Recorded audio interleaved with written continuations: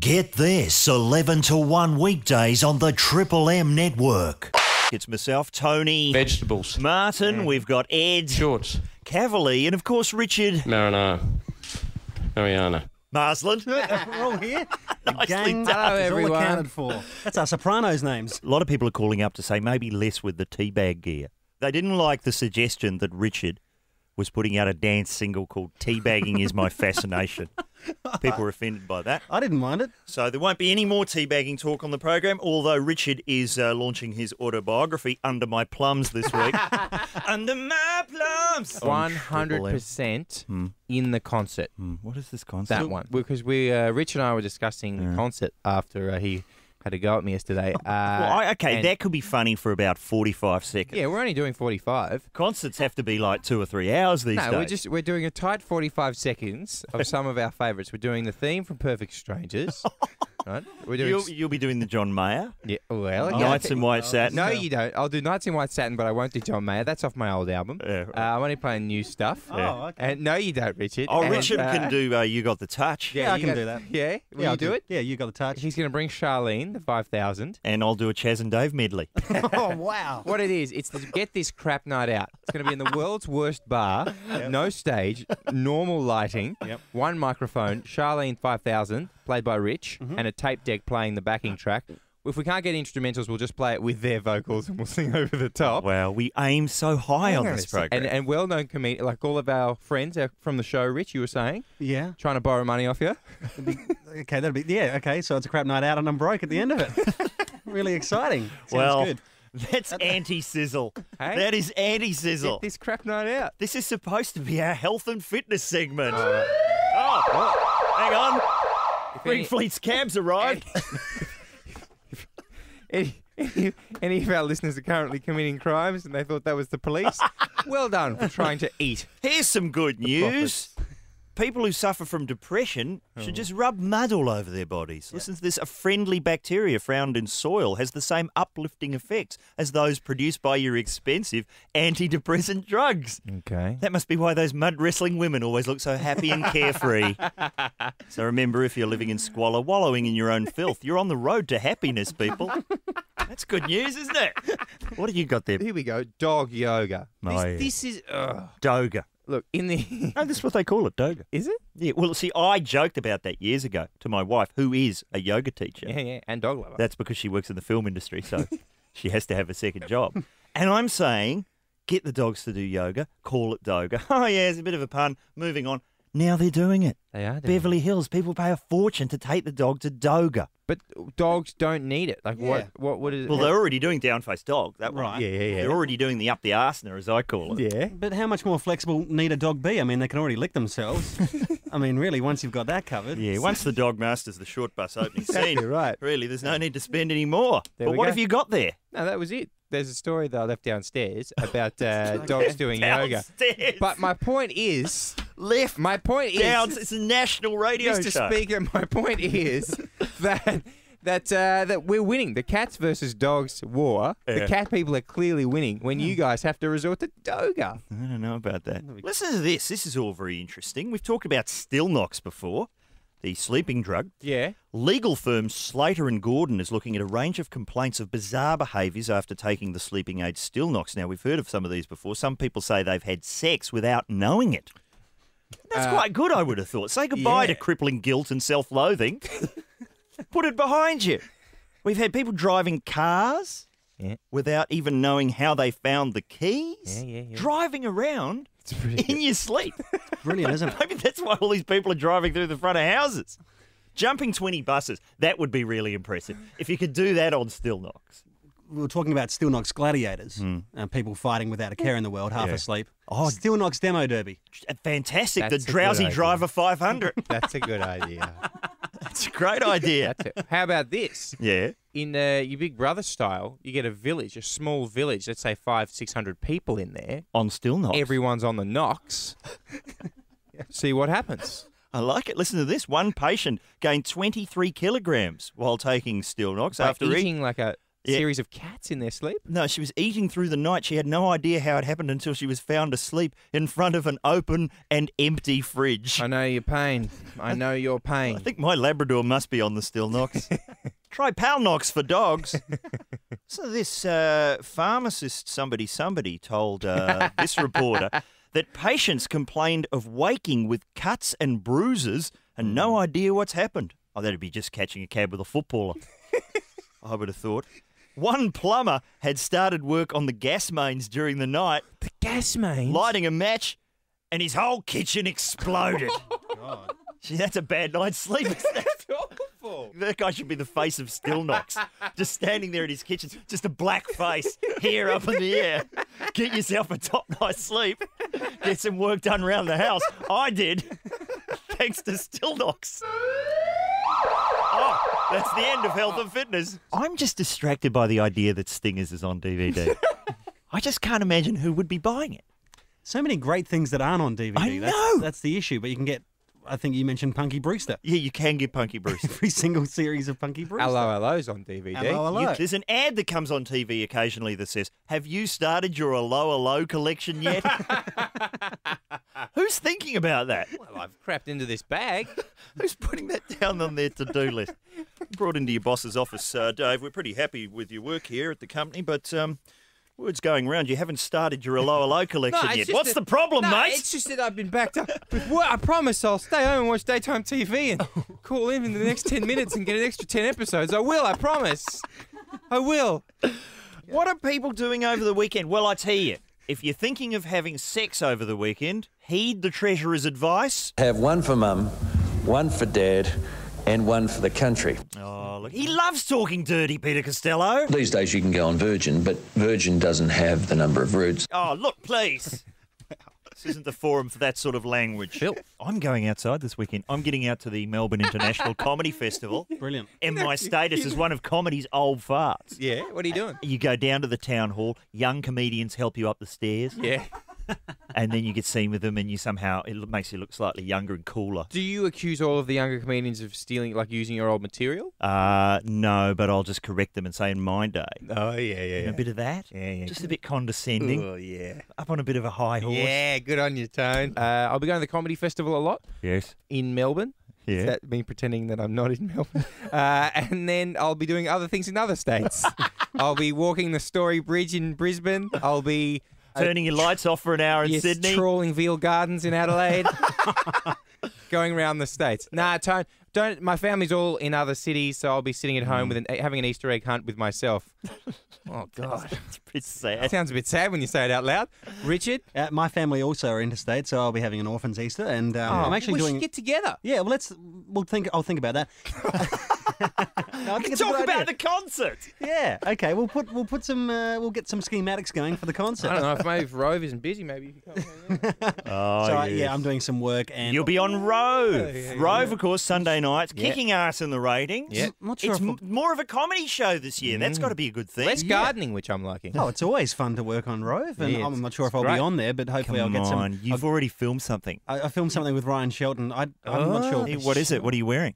I am actually wearing. This is terrible. I didn't even know I was going to be in the sketch, and I just rolled up and I'm Yeah, unshaven. right. Yeah, I'm you Had your looking really- makeup done. Yeah. Had your hair done Naomi Robson style. So that could be coming up What maybe is on it? Sunday What night. is it? Sizzle it up, buddy. I think it's a Rich List parody. Okay. Yeah, what are you doing? What's the costume? I'm just me. I'm a You're, contestant on the Rich rich List. in the rich list, like the Richard list. Is that the idea? It should be. Yeah, it but, should be. But You'll be. He's going to appear on the end of that new couch they've got. Yeah. And then he's just going to bunch up Bang, every bang, week. Hell, before you're you off know the it. couch. Huge. See you later, Hamish, Andy. See you later. Bang, Marsland and Rove. Yeah. That's where it's heading. that's the dream. But I'm about 4 years behind people because I'm just starting to watch Lost.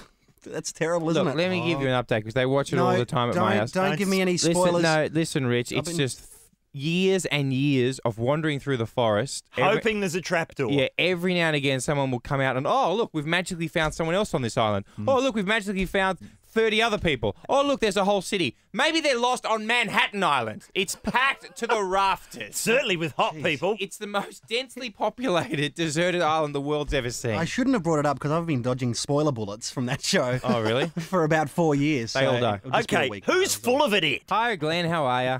How you going, guys? Excellent, sir. Who's full of it? My boss. Oh, okay. What's he done? He earns like $500,000 a year, Right. and then goes on about how little money he's making. And apparently he pays us all so much money that we have to work harder and stuff, but we all know he's paying us bugger all and making absolute crap loads. Yeah, there it Wow. is, Glenn. And what kind of work is it? Driving a truck delivering garbage bins at Strayed. Oh, Wow. okay. And is he getting around flaunting his wealth? Is he, lighting the cigars with $100 bills, that sort of thing?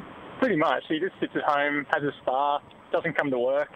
Sits at home in his solid gold dumpster spa, laughing at you guys. I would have thought the solution would just be all of the trucks, all of the garbage, straight to his place, leave it there and off you shoot.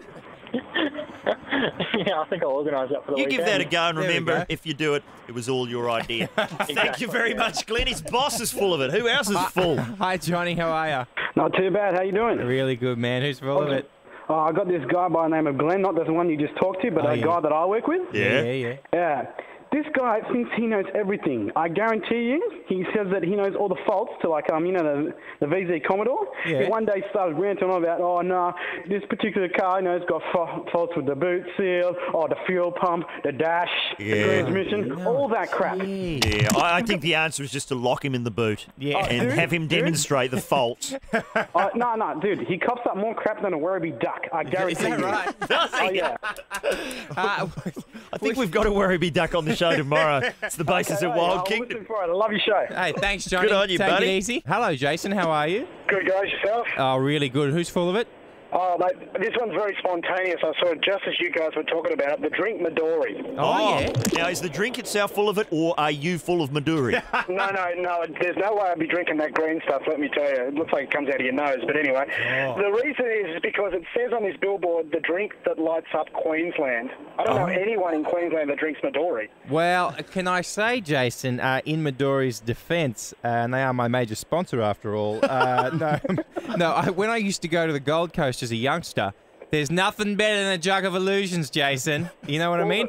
That's true, but what worries me is the fact that there's another thing up here that I reckon's full of it too, because I don't know anyone who can actually turn around and say they can drink 4X and actually say it in a straight sort of way because they're full of it as well. Well, but I guess once the water shortage, once they get up to stage 10 restrictions, it'll be just Midori and 4X for everybody. Showers in 4X, washing your hair with Midori. Oh, bring on level 5 water restrictions, that's what I say. Level 5! Level 5! Taking a cup down to the Brisbane River, have a delicious drink. Lovely. We need... Come on, guys, it's better than the Yarra, come on. What have we got around the office for that man? Oh, a bottle of Midori. There We'll we send go. it to We you. got time for one more? One more, just do it. We don't, but do it. Hi, Ben. How are you? Hey, how are you guys? Yeah, good, thanks. Who's full of it? You are it. I'm so glad we took this call. What do you mean, Ben? Oh, mate, there's a 2-hour show and you can't go without stuff in your face. He's right. There's like a Bain Marie in front of him, Ben. Oh, unbelievable. He's being splattered with soup and bits of food during every segment. Ben, you don't know what it's like, man, to be constantly hungry. How long can you go without eating? Oh, yeah, I've fasted before. I've been on a fast and things like that. So. Can you put on Blur's Song 2 and have to have a 3-course meal by the time it ends? Yeah. I'll get through a roast during song 2. We'll be sending you a fabulous prize. Thank you for calling. And you know what you'll be sending you, Ben? All of my empty wrappers today. Won't that be delicious for you? Thank you for the call, sir. he's back. It's David O'Doherty. Thanks, David. And some U2 as well. God, that's patronising.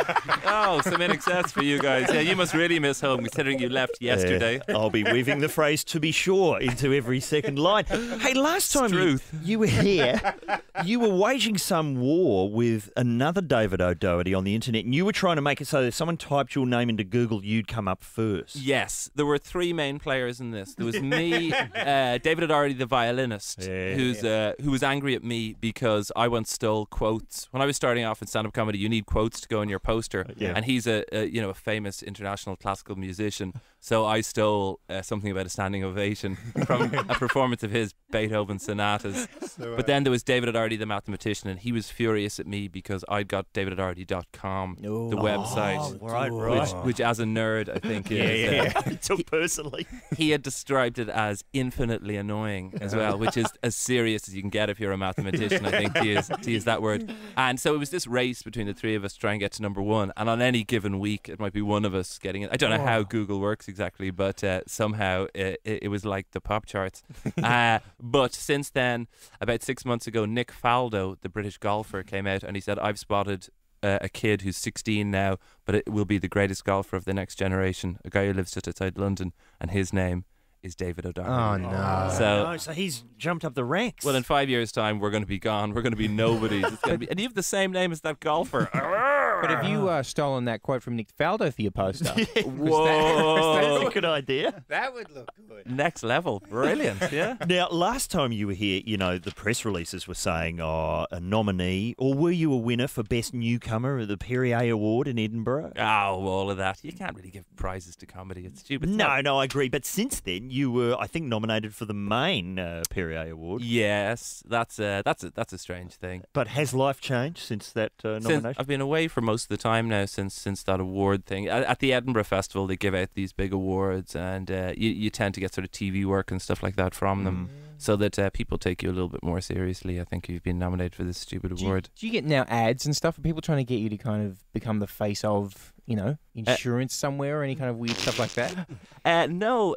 I have been asked to do stuff because I do a music show at home, so I get asked to do these really dodgy ads for bands where I go, I'm meant to read out this thing just as a punter going, the new album by the Blizzards is the best album I've ever heard. So my brother has done some radio voiceovers, and he's got a very clear speaking voice, and he got his first computer recently, and he got the disc from Dell that tells you how to operate the computer, and he put it in, and it was his own voice doing the disc. It was a voiceover he'd recorded about 2 years before, and the voice sounded like it knew everything about computers, and my brother knows nothing about computers. So he's listening to his own voice going, I can't follow this. Exactly, yeah. No, I haven't. I've yet resisted the temptation to do any of that there. Now, David O'Doherty is my name is the name of your new show. It's your, I guess, was last year your first time coming here? No, actually I've been here twice before, yeah, so this is the third time. So you'd be right across everything, wouldn't you? I think I know most of the stuff now, yeah. I mean, as regards funny references and things like that, I know about coon cheese and golden gay times and the things that, international comedians arrive and go, that's hilarious. And Australian people go, yeah, we've actually been making jokes about that for a bit. Have one here. We had a Prime Minister who disappeared, went for a swim in the 60s, never seen again. Yeah. And then we have a swimming pool named after him. Oh, brilliant. So that what you're talking about is called a Harold Holt. In this country. It's the joke that everyone's thought of themselves. So what you should do is never make it in public. Never do a Harold Holt. But it's great to be here. This is really fun. And this is just when the weather at home is starting to get depressing because the winter is never, ever ending. And then you come here, this tropical climate, looks out window. Oh, what's that? Overcast, the same as at home. Although there hasn't been... When was the last time we had some rain, Ed? Yeah, I don't think we've given up on that. There was some report. Wasn't testing well. Yeah, nah. It's useless. People were fed up. The demographics are very poor on rain. Had enough of that. Hey, David, people who don't like your show, what do they say to you? Oh, well, it's people come up to you and they don't go, I didn't like it. They try and find something, search for some desperate positive. So it's normally, well, someone in front of us was really enjoying it. Or how do you remember all of that stuff? Dude, please. I was at a funeral a couple of years ago, and I don't know if you guys would know who Leap and Larry L is. Used to be part of Danger Lowbrow. Oh, right, yeah. Excellent show in Melbourne. Show, yeah. And we were standing around, and I'd made a film that hadn't been particularly well received a few years ago. And he was standing, and he's one of these people who, even if he's trying to be polite, the truth comes out. Oh, yeah. And he meant to say to me something like, are you going to do another one of those? And he came out with, you're not going to do another one of those, are you? Oh, nice. And his Ed just had been speaking on his behalf. The truth comes out at a funeral, I find. There you go. Tell us about your new show, David. Yeah, what are you up to? This show is, I've been writing down facts for about the last year. Do you know when you hear a phenomenal fact? I love a good fact. And, well, the one that by 2075, Honda say they'll be able to make a team of robots who'll be able to beat the world's best footballers. This is so worth staying alive for. Psychonomics. The thing I'm looking forward to most is the post-match interviews, though, with the a whole new load of cliches. Oh, look, the lads gave 110 gigawatts. So I've been collecting, Hang on a sec. I mean, we've got one But that's that can play chess. Yeah. But football, will it be running 2-1? around Yeah, or yeah. just wheeling Dalek style around? What happens if it rains? Yeah, absolutely. There's a huge number But of are they issues there. humanoids? Are they going to be humanoid in shape, or are they going to be just like a foot and then kind of, a Ed, designate? I don't know that. Look, I just got the fact. Why a Okay. Honda getting involved in football? So many questions are raised by this fact. I have to say, whenever I imagine robots, there's two sorts of your classic robots, right? There's Camp Robot, like that, okay, and you've nothing to fear from Camp Robot, but then there's Allo Robot, and they take over the world, I think, after a few years. Are you asking for some facts? Are the kids going to give you some? Well, if anyone's got any facts, yeah, I would be quite interested in facts. I mean, it's sort of facts and life lessons. Like there was a great life lesson that I learned. It's my birthday is December the 18th, and it's 7 years to my brother. I'm the youngest, and like a lot of youngest, I always wondered whether I was planned, but it's something I never had the guts to ask my parents. yes. But last year, one of my friends pointed out that if I was born on the 18th of December, I was therefore conceived on the 17th or the 18th of the 3rd, the 17th of March being St. Patrick's Night.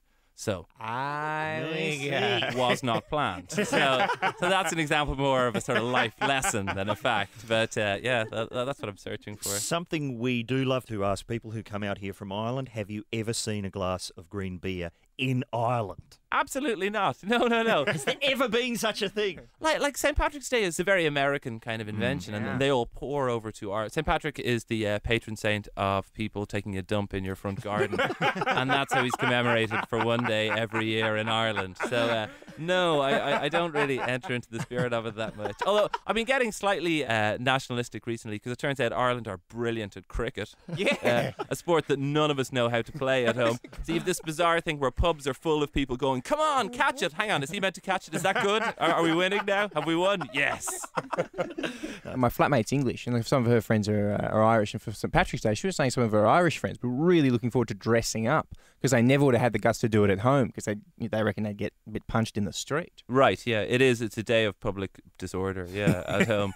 So, I lock myself indoors with a Fair pile enough. of DVDs. Yes, it's very hard to resist beating up someone dressed as a leprechaun in the street in this part of the world. Hey, something we like to do is we like to talk about movies on this show. Yes. And we like to go obscure. Ed and Richard have been complaining. What's the problem, Ed? Oh, I just said to Rich that we haven't been doing nerdy enough topics. Oh, yeah. You know, Okay. We've gone a bit mainstream with talk of sports. Well, we were talking about maths a minute ago and violinists, so Fair enough. we go less mainstream than that. So what are we doing? Obscure movie characters. your favourite obscure movie character? Yeah, not actor. No. The actual We will character. hang up on you if you. No, we're just so that's what we're looking for. Do you have a favourite? Whoa, okay. Well, I got a special edition of Jaws recently, Oh, yeah. which has got a 2-hour sort of bonus DVD with it. Yes. There's Dreyfus in that. They needed a scene with a 28-foot shark approaching him in a cage, but all they could find was 14-foot great whites somewhere off Australia. Yeah. So instead they got a midget called Frank Rizzo, and he got into the cage. And the reason Spielberg picked him was because when he turned up at the audition, there was blood dripping from his head because he'd just been in a car crash. And Spielberg went, "You're the man." Yes. And he came in, and I think he physically shot himself when he got in the cage then.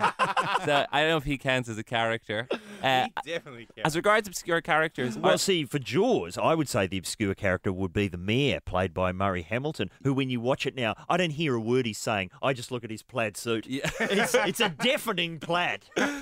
or there's a newscaster in Jaws who's played by Peter Benchley, who wrote the book Jaws. yes. Yeah. He's the guy who's on the beach talking about how no tourists are coming there. I used to collect Star Wars figures, like like most nerds, and people always used to buy me the really obscure ones. Yeah, I mean, yeah. you'd say to your distant grand aunt, "Get me Luke Skywalker," and she'd go, "Did you say Salacious Crumb from Jabba's lair?" So I can still remember. I mean, I'm old enough to remember when Star Wars came out. I saw it 4 times in the first week. And I remember we couldn't afford the figurines, but I would go to the toy shop and I was fascinated to see which ones were going. Darth Vader, day one, gone. Bang. By Yeah. the end, about 20 Tusken Raiders still Wow. left, just on the nail sticking out. Well, My grandfather heard that I wanted the Millennium Falcon, which is like the coolest vehicle from Star Wars. I think everyone would agree. And he spent 6 months making me one out of wood. So it was one of those situations where it arrived at Christmas and it was the right size to be the real one. And then obviously I knew I couldn't just burst into tears, but that's what I wanted to do. Well, obscure movie characters. I like Donald Pleasance in a film. And he always played pretty much the same character. And I'm thinking of him in Fantastic Voyage when everyone gets shrunk down. Yeah. The spaceship gets shrunk down. And he was the guy who would go, "We're all going to die," and run for the airlock himself. And then years later, a good 20 years later, that character was revived by Bill Paxton in Aliens. As the, "We're going to die, man. We're going to die." I love the "we're going to die" character. Yeah. It's 20 years on. We're due for another one. Someone else needs to become the "we're going to die" guy. Ed Cavalier. Yeah, the guy played by Kumar Palana, who plays you know him. Wes Anderson. Wes Always plays Kumar. Pagoda in the Royal Tenenbaums, or I- Kumar in the also in the Bottle Rocket. Yeah, he's in every And he's Wes in all of Anderson them as film. well. Yeah. The great bit at the end of the Royal Tenenbaums where he's finally had enough and he just stabs Gene Hackman with his pocket knife. I have, I think, got the most niche character ever now. There's probably the greatest act in comedy at the moment are two guys from New Zealand who play acoustic guitars called Flight of the Conchords. Oh, yes. One of them is Brett McKenzie. Brett McKenzie had an extra role in the first Lord of the Rings. He was in the Council of Elrond sitting around, and it was like he was an important character in that he was very furious about who's going to take the ring, and he didn't say anything though, so he got paid $100 for it. But nerds decided that he was the cutest elf. So they started to petition Peter Jackson. 150,000 people. They gave him a name, which was Figwit, which is short for Frodo is great, who is this? 10 websites were set up to try and find out who he was. It was found out who he was. Peter Jackson got 150,000 emails and subsequently gave him a line in the third Lord of the Rings where his name appears as Figwit. Fantastic. So And that's people it. have spoken. And that's Brett McKenzie. Who is the other bloke from Flight of the Conchords? Jermaine Clement. He's in a very obscure film called Tongan Ninja, That's right. which shows up on Foxtel occasion. My favourite thing about Jermaine is the other sort of Maori guy from Flight of the Conchords. He is the face of Down Under restaurants in America. They decided they needed someone who truly represented Australia in terms of how he looked and how he spoke. And so they got him, and it is the funniest thing. Look at the app. I think it's downunder.com. And it's just this big, burly New Zealander guy going, And is he in full Akubra and the whole bit? I'm sure he is. Out? Let's hope so. Let's hope so. Obscure movie characters. Who's got one, Ed? Hi, Daniel. How are you? Dennis, the anteater off Meet the Feebles. Oh, Meet the Feebles. An early work from Lord of the Rings. Peter Jackson. Have you ever seen that film? No, I've never seen that. I've seen the one. What's the one set in a school in New Zealand? The Frighteners. Oh, The Frighteners. Now, what are you liking about Dennis's work, Daniel? Well, just the fact that someone with a penis so small can still be a star of a porn film. There you go. All done with puppets, however, so it's not tasteless. Who's got another character? Hi, Paul. How are you? The Bowtie Killer from Problem Child. Now, hang on a second. Is this who plays that guy? Do you know the Michael problem? Michael Richards. Michael Richards before he went bad. Wow. Yeah. Before he had to go. There's not many other films with Michael Richards. I know he's in Weird Al Yankovic. And he's in Unstrung Heroes. Yeah, Unstrung Hero. That's very obscure. Lost in Yonkers. Airheads. Airheads. Oh, Jury yes. Duty. Was he in Jury Duty? In Jury Duty Yeah, with yeah, Paul yeah. and Paulie Shaw. No. You're thinking of Trial and Error. I think. Yeah. I don't think I've ever felt as out of my depth ever. There are 4 people and a listener all talking about obscure Michael Richards songs. Well, hello, Adam. How are you? Well, it's actually an actor, Tracy Walder. Yes. He's fantastic. He's your poor man's Clint Howard. Yes, and there's a lot of people fighting for that. Yeah. What is he in? Repo Man. Repo Man, if you want strange, unusual characters, he always pops up. He's in a couple of Johnny Depp films. What? Which one's he in? Married to the Mob. He's the guy that gets the 2 chickens and he wants to make love just as Michelle Pfeiffer's going for a chicken job. A classic scene. Yeah, Aaron Brockovich. If you just want a weird, creepy, balding old guy, they go to him. Who is he? In Repo Man, he's the guy who says, he talks about the book called diuretics. Say if we're thinking about a plate or a shrimp, and someone says, plate of shrimp. It's all about the lattice of consciousness. Well, I don't think we're going to top that. No. David O'Doherty is the other voice you're hearing today. Who's got an album? You've got an album coming out, David. I recorded an album in my apartment. I live in basically a large room in Dublin, and I decided I want to record it there because that's where I write most of my stuff and most of my songs. So it involved borrowing chairs off neighbours. We stole patio furniture from a bar around the corner. Yeah. We built a stage out of bread crates, and we fit 35 people in. There was no room for the sound recording equipment, so I had to go down the stairs and went into my friend's apartment. And we came out with this. I always wanted to be dressed as a pirate on the front of an album if I ever released it. So it's called Giggle Me Timbers. Or it's got brackets after it, or Jokes Ahoy. I couldn't decide which, so I called it. Let the punters pick. And you tried to get to what number 20? You were saying you were trying to get it into the charts? Well, I tried to get a single of mine to number 30. Well, it was number 27 in the Irish charts. Was always a dream of mine. Because the Irish charts are just dominated by dudes in white suits who Nick Kershaw style, who really mean it. Well, more in the contemporary pop style. So I tried to record one of those and got it to number 30. Yeah, got it 3 off. 3 away. Well, February is the month because I didn't know about this, but people buy lots of singles going up to Christmas, and then in January they spend vouchers. The money they got for Christmas. Yeah. But in February, not a sinner buys singles in Ireland.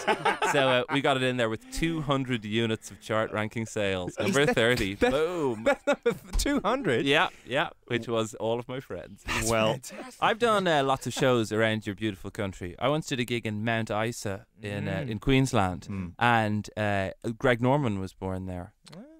And they had, to commemorate that, they had the coffee dock in the airport was called the Greg Norman Coffee Dock.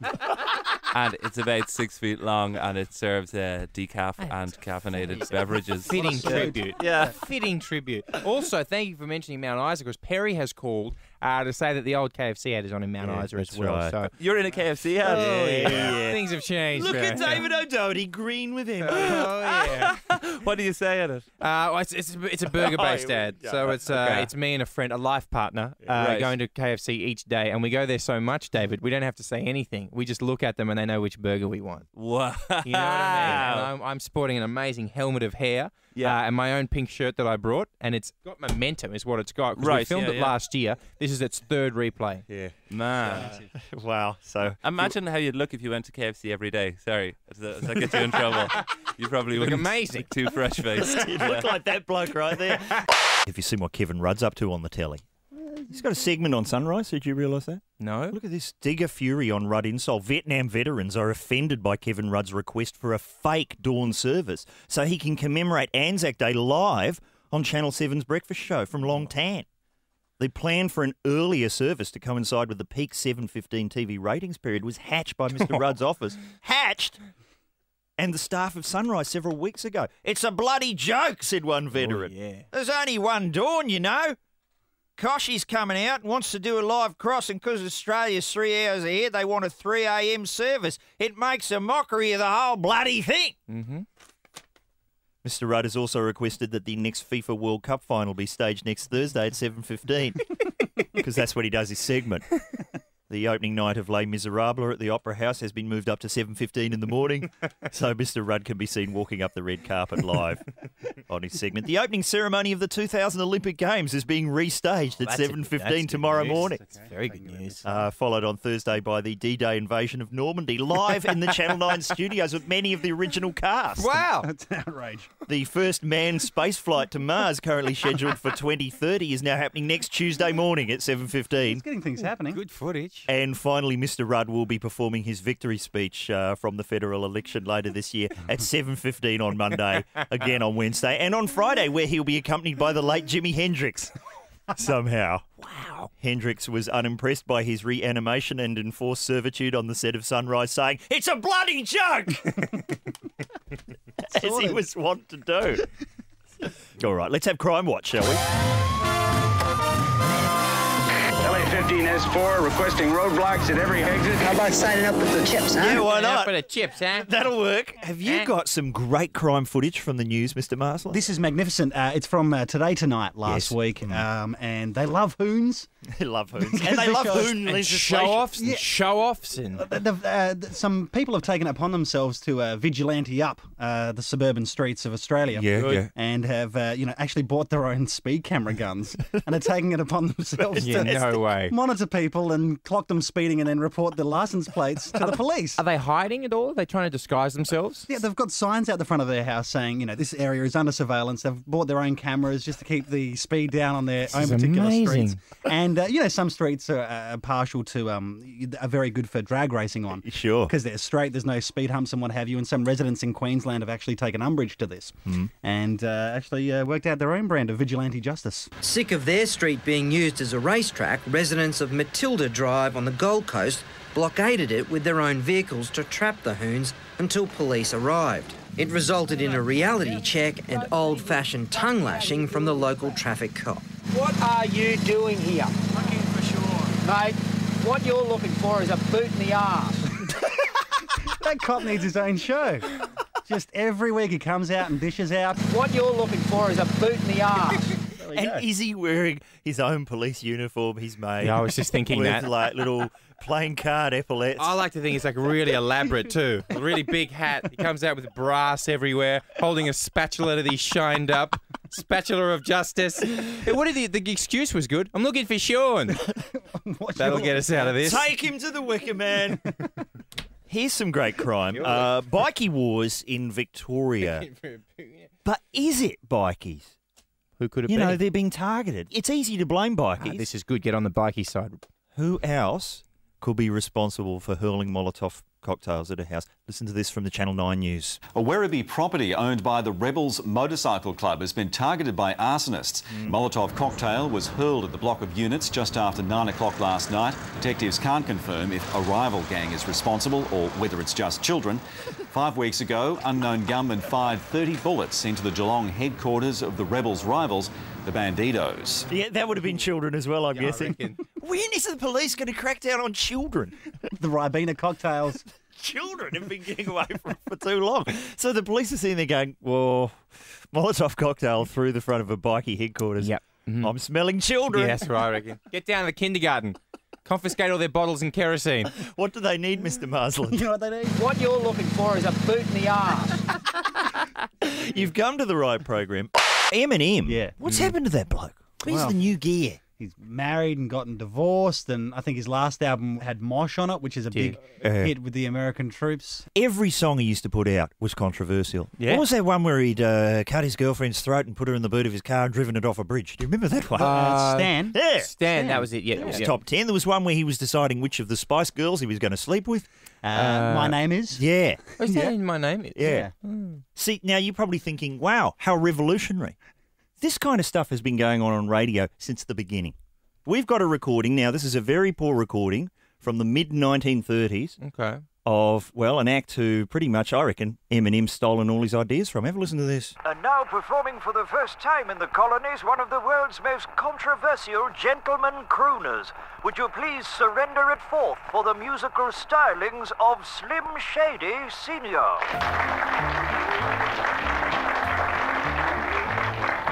Get your hands up in the air, motherfuckers everywhere. I'm the illest nigger here, Slim Shady is my name. Out of Detroit, yes indeed, busting clips and smoking weed, letting bitches share my seed, Slim Shady is my name. Last night I took some crystal meth and stayed up rather late, wondering which Andrew's sister I should impregnate.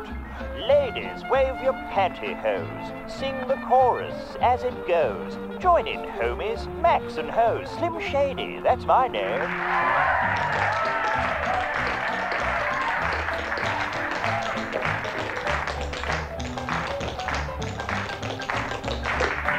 I drove off a bridge, my sweetheart screaming in the trunk. But no, I hadn't slit her throat, she was just feeling crunk. Those motherfuckers, how they'd mock, punked and bullied on my block. Now they're sucking on my Glock. Slim Shady is my name. I murder a rhyme one line at a time. You've never heard a mind as perverted as mine. Off the back of Shirley Temple, I'm doing a line. Slim Shady is my name. Fake Slim Shadys told you once. Dissing, rhyming, smoking blunts. What a bunch of f***ing Slim Shady. That's my name. Thank you very much.